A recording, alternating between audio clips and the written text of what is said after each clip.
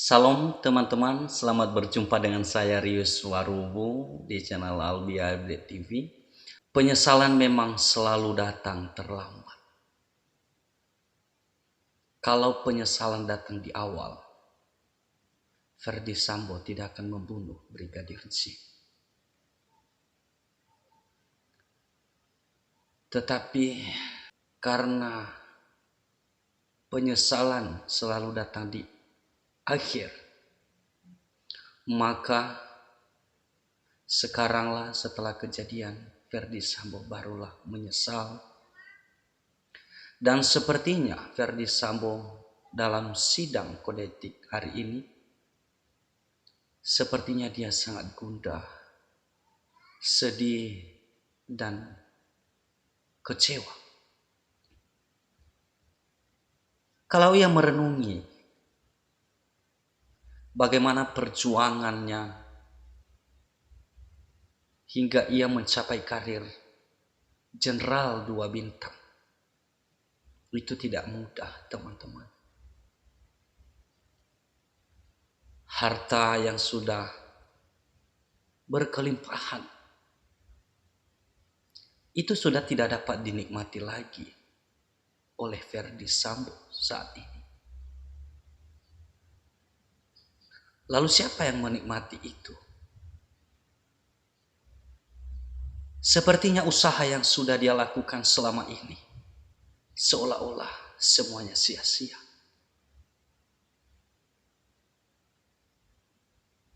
Kesedihan meliputi Ferdy Sambo.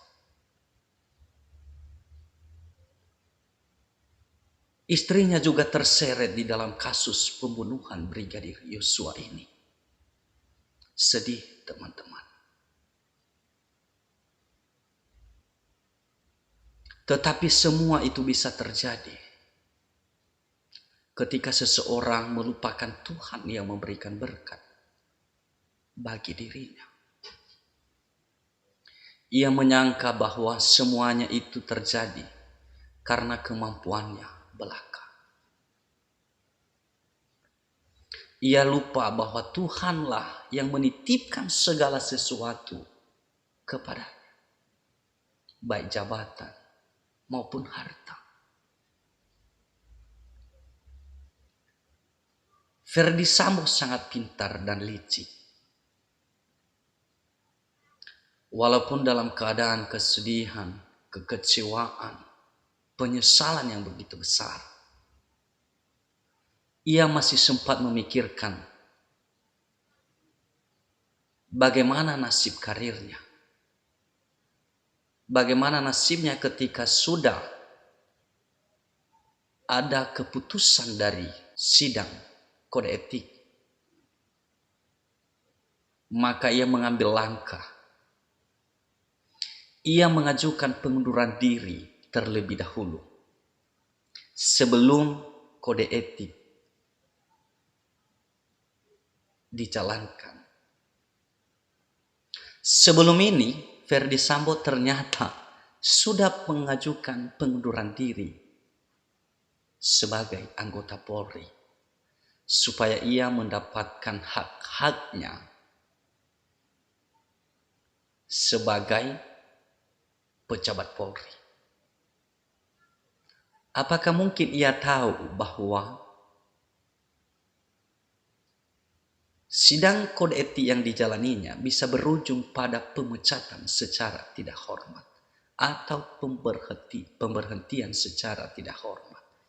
Kalau dilakukan pemecatan secara tidak hormat, maka tentu ia tidak mendapatkan hak-haknya dari pemerintahan. Hal inilah yang membuat Ferdy Sambo mengundurkan diri terlebih dahulu sebelum menjalani kode etik. Memang sangat tepat langkahnya. Tetapi apakah kemudian pihak tim sus dan Kapolri membiarkan itu terjadi? Mari kita lihat kelanjutannya. Teman-teman sekalian, pada penampilan Ferdy Sambo pada hari ini, sedikit pun harapan sudah tidak ada lagi di matanya. Yang lebih sedih lagi, kalau kita memikirkan nasib anak-anaknya. Ada anaknya yang hampir beranjak dewasa. Tentu anaknya akan menjadi tempat bulian. Sedih, teman-teman.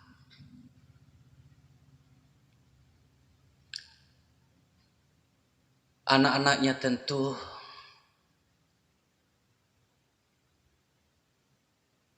sulit menjalani hari-harinya ke depan akibat ulah daripada Ferdy Sambo.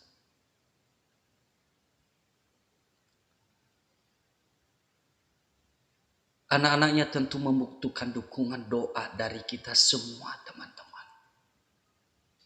Karena anak-anaknya tidak tahu apa-apa soal kasus hukum yang dilakukan oleh Ferdy Sambo. Mari kita doakan anak-anaknya supaya mereka bisa kuat, diberikan Roh Kudus oleh Tuhan, supaya mereka terhibur, dan supaya juga orang-orang keluarga terdekatnya bisa memberikan dukungan moral kepada anak-anaknya Ferdy Sambo. Karena kita sudah jauh dan kita tidak kenal dengan Ferdy Sambo, tidak ada yang bisa kita lakukan dengan anak-anaknya selain daripada memberikan doa. Apa yang sudah dilakukan oleh Ferdy Sambo tentu ini menjadi pelajaran besar bagi seluruh personel Polri, supaya mereka bisa menjalani tugas mereka ke depan sesuai aturan yang berlaku, supaya mereka tidak melakukan pelanggaran-pelanggaran yang berujung pada pemecatannya, yang berujung pada penjara. Ini sangat menyedihkan sekali. Banyak yang menjadi korban akibat ulah daripada Ferdy Sambo. Baik institusi Polri maupun lembaga-lembaga lainnya, dan kita masyarakat Indonesia merasa kecewa kepada lembaga institusi Polri.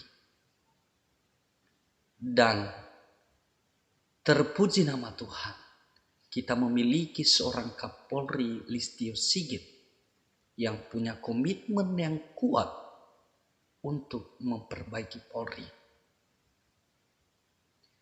Sampai hari ini menurut keterangan Listio Sigit, seorang Bapak Kapolri, mengatakan dalam kasus Ferdy Sambo ini sudah 97 orang personel Polri yang sudah diperiksa,